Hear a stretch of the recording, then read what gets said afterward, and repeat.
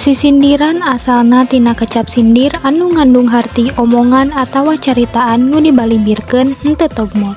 Wangun sisindiran kauger ku Purwakanti jeung jumlah engang dina unggal padalisan oge jumlah padalisan dina unggal padana. Luju jeung eta sisindiran teh nyaeta karya sastra anu ngagunakeun rakitan basa kalawan dibalimbirkeun. Dina sisindiran eusi atawa maksud anu dikedalkeun teh dibungkus ku cangkang. Tah dina wanda sisindiran aya wanda rarakitan, paparikan, jeung wawangsalan. Nu biasana eusina bisa silih asih, piwuruk, jeung sesebrek atawa heureuy. Jadi, paparikan mangrupa salah sahiji wanda tina wangun sisindiran.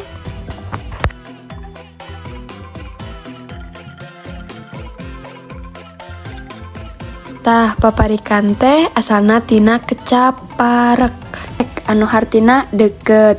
Paparikan diwangun ku cangkang jeung eusi anu padeukeut sorana sarta Murwakanti laras wekas dina unggal padalisana.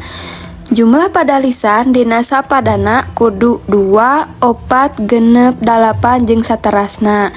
Jeung jumlah engang dina unggal padalisan umumna 8 engang.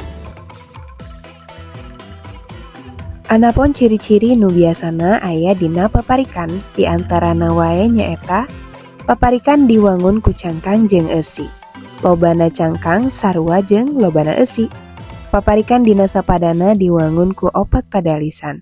Padalisan kahiji jeung kadua mangrupa cangkang, ari padalisan katilu jeung kaopat mangrupa eusina.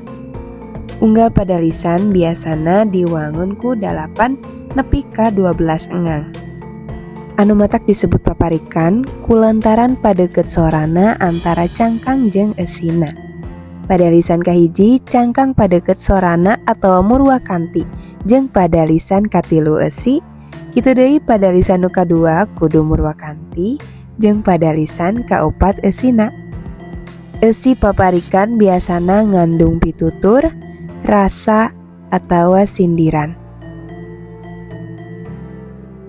Sastra lisan paparikan dengan saukur miboga fungsi pikeun bahan hiburan, tapi mibanda oge sababaraha fungsi atau orang sebutkeun kitunya diantarana anu kahiji nyaeta pikeun atikan. Tah nah bet pikeun atikan sabab dina paparikan teh eusina teu saeutik anu ngandung unsur atikan atawa unsur piwuruk pikeun saha pikeun murangkali atawa barudak. Tuluy anu kaduanya eta paparikan minangka bahan hiburan atawa keur hiburan tangtos.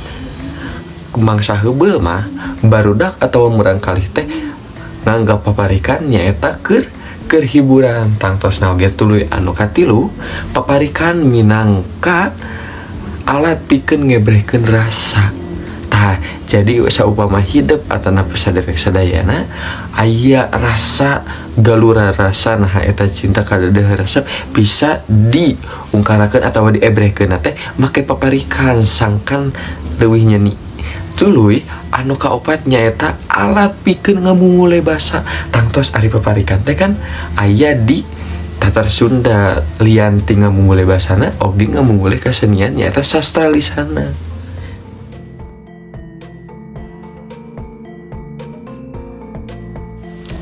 Tah iya aya hiji contoh paparikan minangka alat pikeun ngebrehkeun rasa cik ragebkeun ku hidupnya.